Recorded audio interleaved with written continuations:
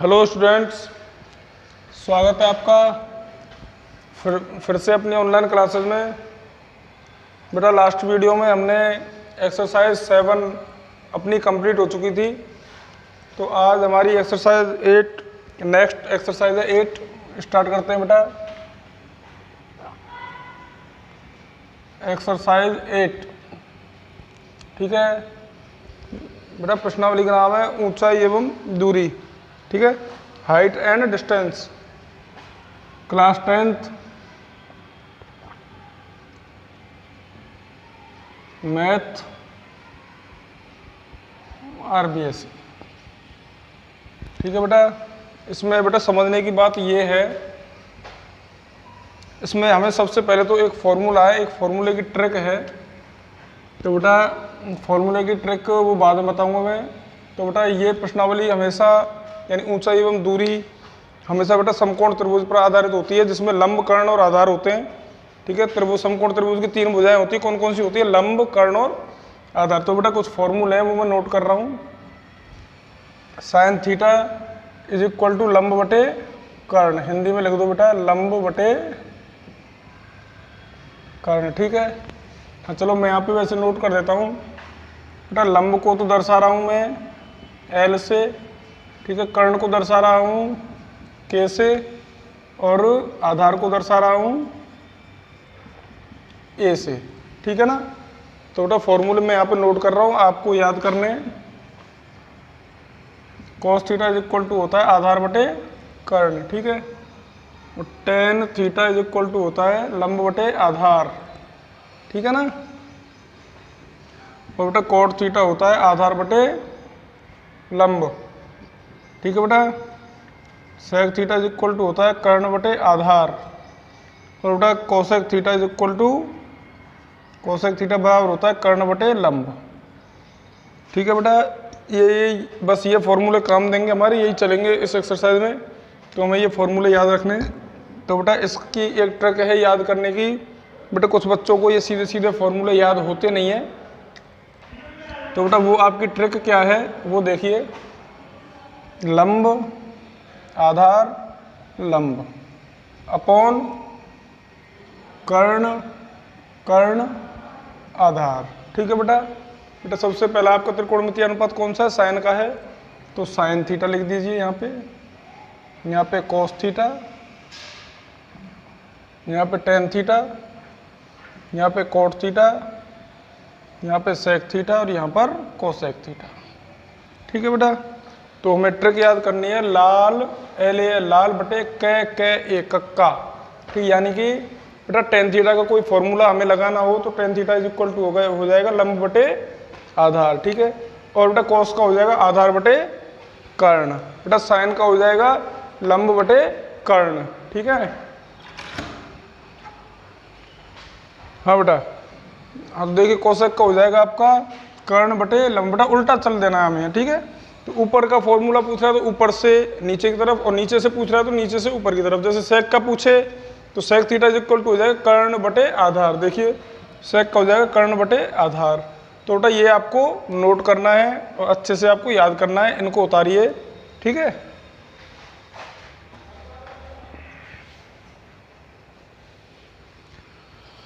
हाँ बेटा इसको मैं साफ कर रहा हूं।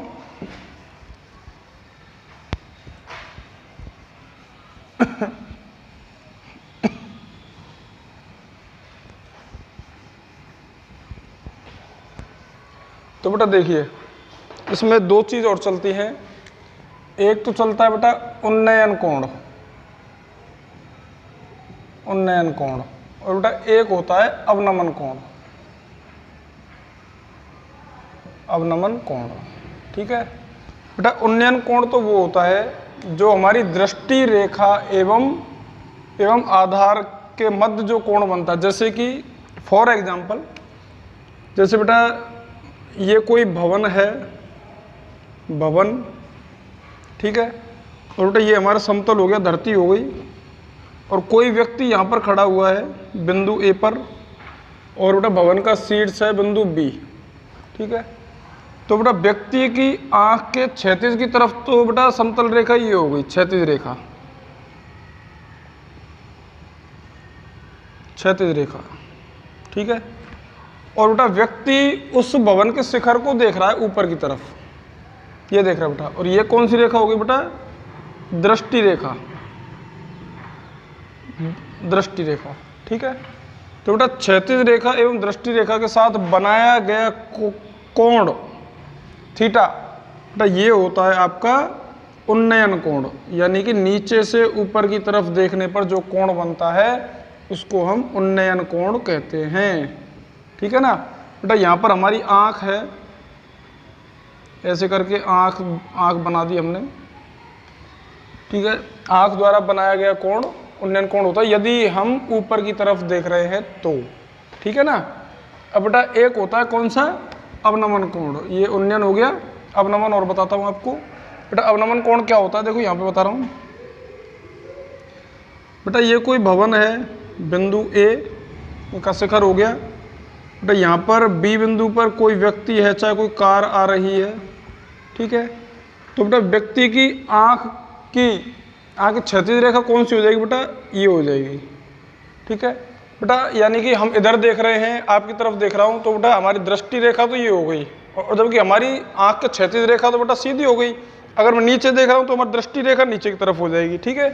तो बेटा यहाँ पर खड़ा हुआ है, तो वो अगर नीचे देख रहा है तो उसकी दृष्टि रेखा तो बेटा नीचे हो जाएगी, ऐसे ये होगी दृष्टि रेखा, तो ठीक है ना। देखो मैं नीचे देख रहा हूँ तो मेरी दृष्टि रेखा तो होगी नीचे, और जबकि बेटा आँख के क्षैतिज रेखा होगी आपकी कौन सी होगी? आधार के, बिल्कुल आधार के क्या हो जाएगी? समांतर हो जाएगी, ठीक है। तो बेटा आधार ये हो गया, आधार की समांतर रेखा तो ये होगी क्षैतिज रेखा, क्षैतिज रेखा, ठीक है। और बेटा ये कौन सी रेखा होगी? हमारी दृष्टि रेखा, दृष्टि रेखा। तो बेटा क्षैतिज रेखा एवं दृष्टि रेखा के मध्य जो कोण बनता है, यानी ऊपर से नीचे की तरफ देखने पर जो कोण बनता है, उसको बेटा हम कहते हैं अवनमन कोण, ठीक है। तो बेटा इन दोनों चित्रों को मैं एक ही आकृति में कंबाइंड करके लिख रहा हूं, देखिए ये हो गया, ये कोण आपका थीटा है, अवनमन उन्नयन कोण है, सॉरी उन्नयन कोण। और बेटा ये क्षैतिज रेखा के साथ ऊपर कौन सा कोण बनेगा? अवनमन कोण।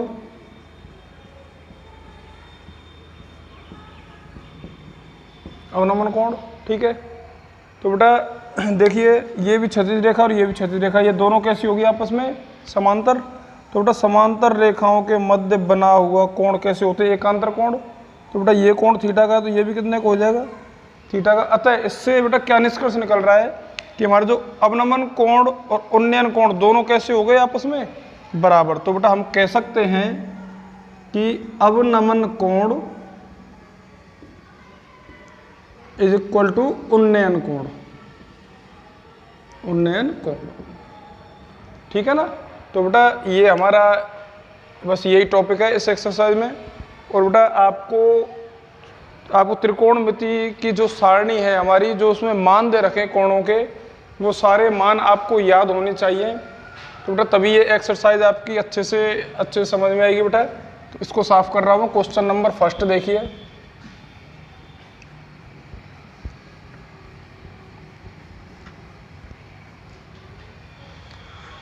देखिए बेटा क्वेश्चन फर्स्ट, एक ऊर्ध्वाधर खंभे की परछाई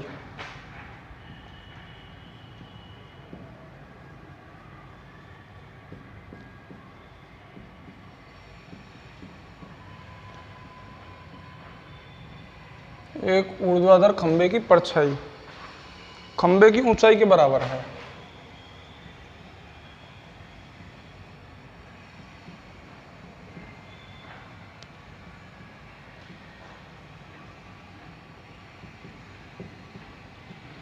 खंभे की ऊंचाई के बराबर है, तो सूर्य का उन्नयन कोण होगा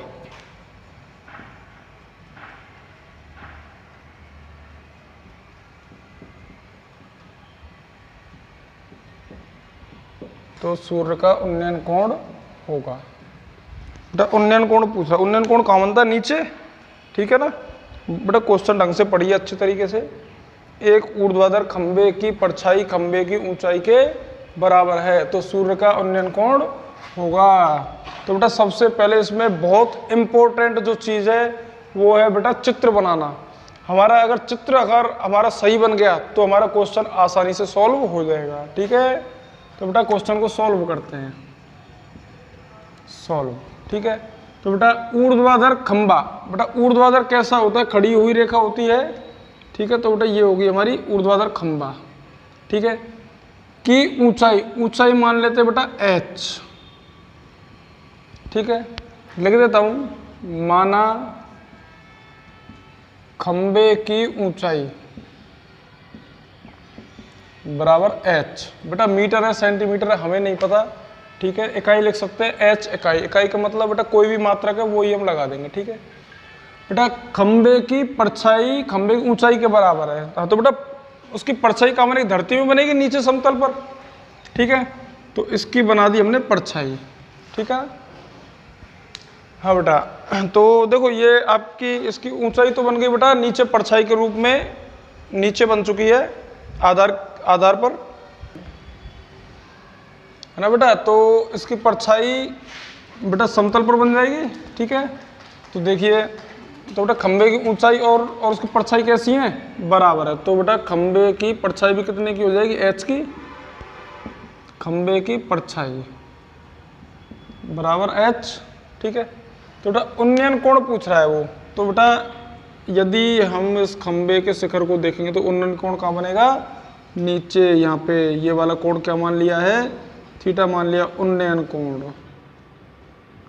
उन्नयन कोण। ठीक है, तो बेटा और एक बात और इसमें ध्यान रखनी है आपको, क्या कि बेटा थीटा जो कोण अपन को दिया हुआ है, जो कोण हमें दिया हुआ है बेटा, कौन सा कोण है, थीटा। थीटा के सामने वाली भुजा हमेशा लंब होती है। आपको मैं पहले भी बता चुका हूँ पहले वाली वीडियो में, थीटा के सामने वाली भुजा हमेशा क्या होगी, लंब होगी। और बेटा समकोण के सामने वाली भुजा हमेशा कर्ण होगी। और बेटा बची कौन सी तीसरी भुजा, इसको हम क्या मानेंगे फिर, आधार। ठीक है, तो बेटा कौन सा त्रिभुज बन रहा है हमारा, त्रिभुज ABC में। ठीक है ना, तो बेटा हमसे बात कर रहा है केवल उसके लंब के बारे में और उसके आधार के बारे में। तो बेटा लंब और आधार में आप सोचिए फॉर्मूला, अभी मैंने आपको बताया था लंब और आधार में कौन सा फॉर्मूला लगता है, tan का। तो tan theta is equal to लंब बटे आधार। और बेटा tan थीटा बराबर, देखिए बेटा tan थीटा लंब का मान कितना है, h है, बनलंद है बेटा। तो बेटा लंब का मान कितना है, h है, और आधार का मान कितना है, h।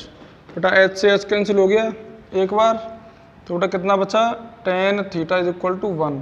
अब बेटा आपकी त्रिकोणमिति की सारणी में देखिए कि tan में एक मान किसका होता है, यानी कि बेटा आपकी त्रिकोणमिति की जो सारणी है उसमें चेक करना है बेटा इधर कौन सा पद है, हमारा tan वाला पद है। तो बेटा tan में एक किस कोण का मान होता है, तो वो होता है बेटा tan 45 का। ठीक है, tan से tan कैंसिल हो जाएगा बेटा, थीटा इज इक्वल टू कितना बचा, 45। तो बेटा आपका आंसर कितना हो गया, 45 डिग्री। थीटा का मान पूछ रहा था हमसे कि बेटा सूर्य का उन्नयन कोण कितना होगा, theta is equal to 45 degree होगा। ठीक है बेटा, क्वेश्चन नोट करें, अच्छा क्वेश्चन है। और क्वेश्चन नंबर 2 देखते हैं हम।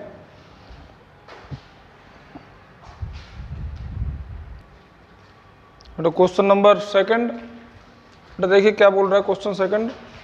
एक मीनार की बेटा यदि एक मीनार के पाद बिंदु से 100 मीटर की दूरी से एक शिखर का उन्नयन कोण 60 डिग्री है तो मीनार की ऊंचाई ज्ञात करिए। तो बेटा देखो मीनार बनाए, सबसे पहले हम सॉल्व करते हैं क्वेश्चन को। इसका पहले डायग्राम बनाते हैं, क्या होता है देखो। मीनार बेटा खड़ी हुई होती है, तो ये हमने मीनार बना दी। ठीक है, हाँ बेटा एक मीनार के पाद बिंदु से, बेटा पाद बिंदु होता है जहाँ पर मीनार हमारी लगी हुई है, आधार का जो बिंदु होता है वो पाद बिंदु है। पाद बिंदु से 100 मीटर की दूरी पर, इससे बेटा 100 मीटर की दूरी पर हमने कोई बिंदु ले लिया है। ठीक है, कोई बिंदु B ले लिया है, ये बिंदु A मान लिया है। ठीक है, 100 मीटर की दूरी पर उसके शिखर का उन्नयन कोण, तो बेटा उन्नयन कोण कहाँ बनेगा, देखो शिखर ये हो गया उसका मीनार का, तो मीनार के शिखर का उन्नयन कोण, बेटा उन्नयन कोण मैं आपको बता चुका हूँ कि नीचे बनेगा। ठीक है बेटा, क्षैतिज रेखा एवं दृष्टि रेखा के मध्य में तो ये आपको उन्नयन कोण कितने का हो गया बेटा, 60 डिग्री का है। ठीक है, तो देखिए theta is equal to 60 degree. और बेटा ए बी की दूरी कितनी हो गई, ए से लेकर के बी की दूरी 100 मीटर है।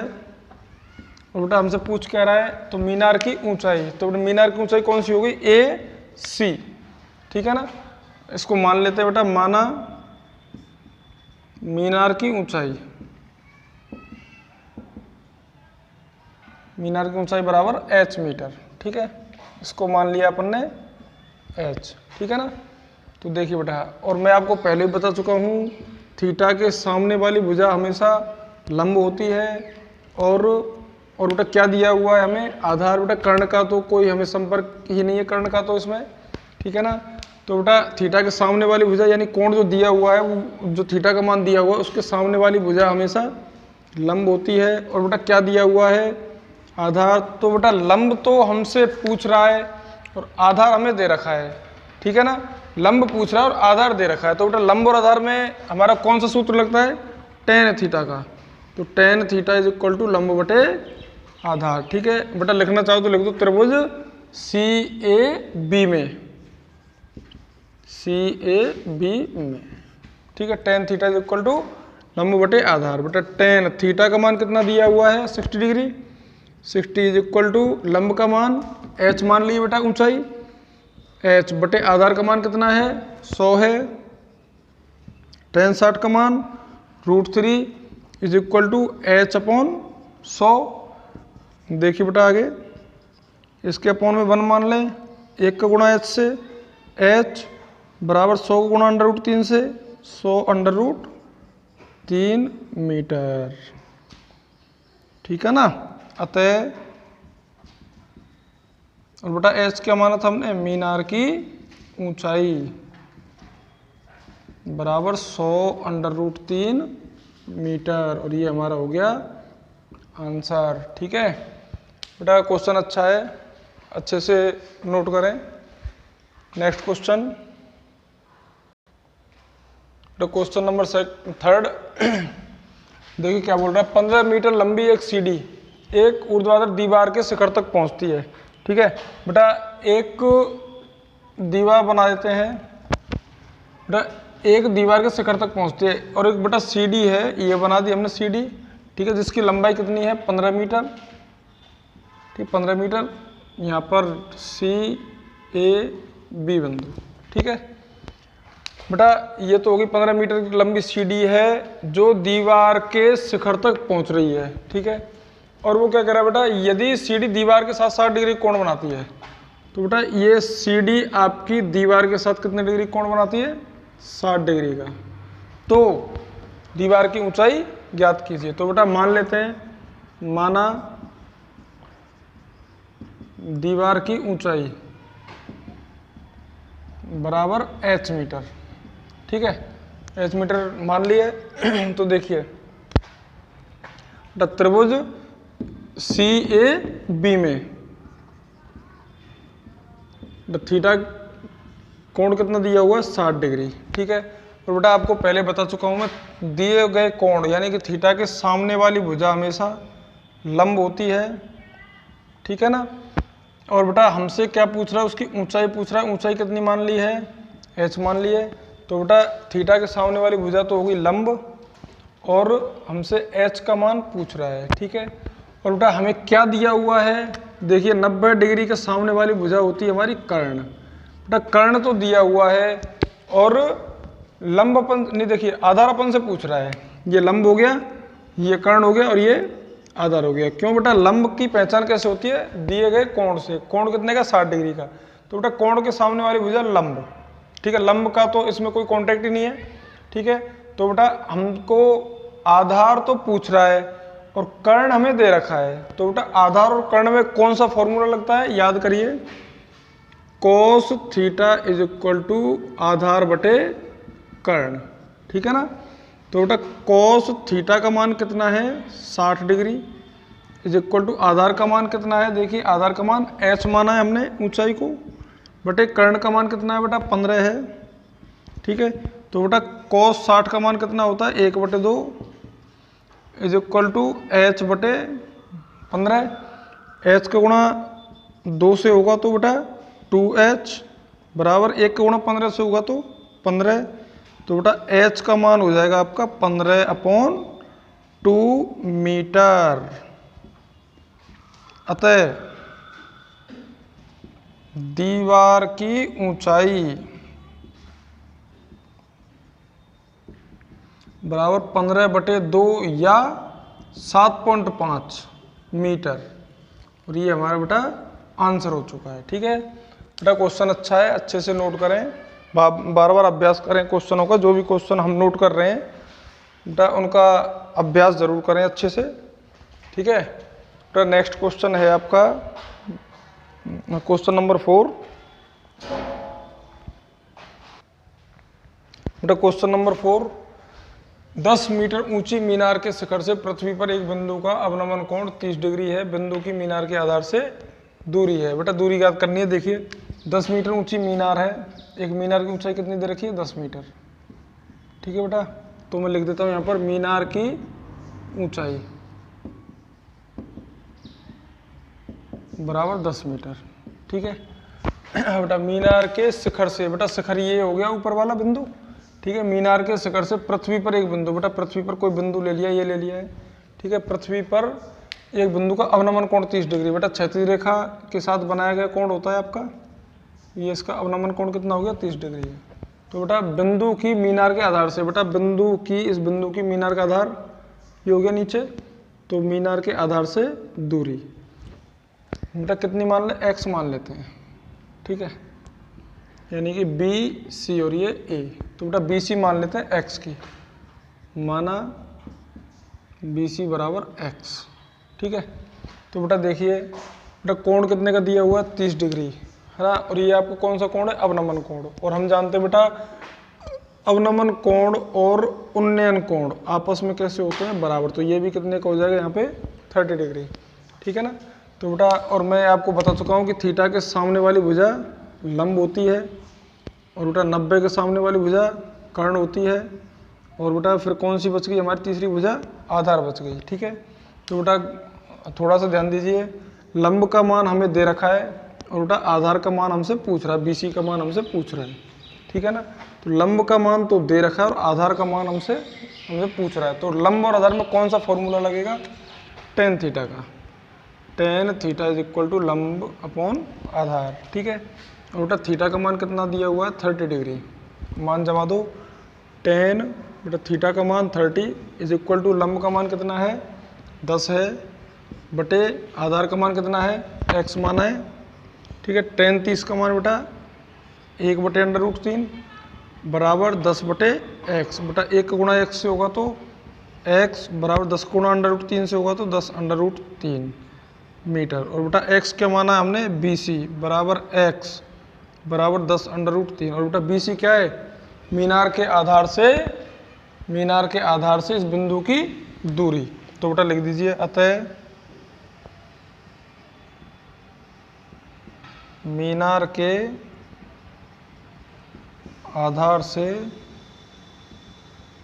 बिंदु की दूरी BC is equal to 10√3 metre, और ये हमारा हो गया आंसर। ठीक है बेटा, तो क्वेश्चन अच्छा है, अच्छे से नोट करें, अच्छे से कॉपी करें।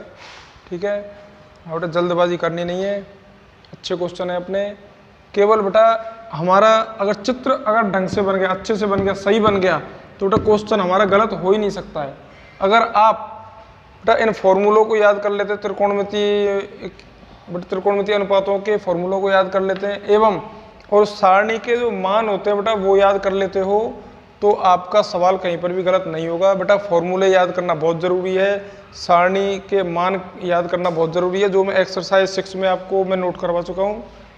ठीक है, तो बेटा आज के लिए इतना काफ़ी है। All the best, thank you.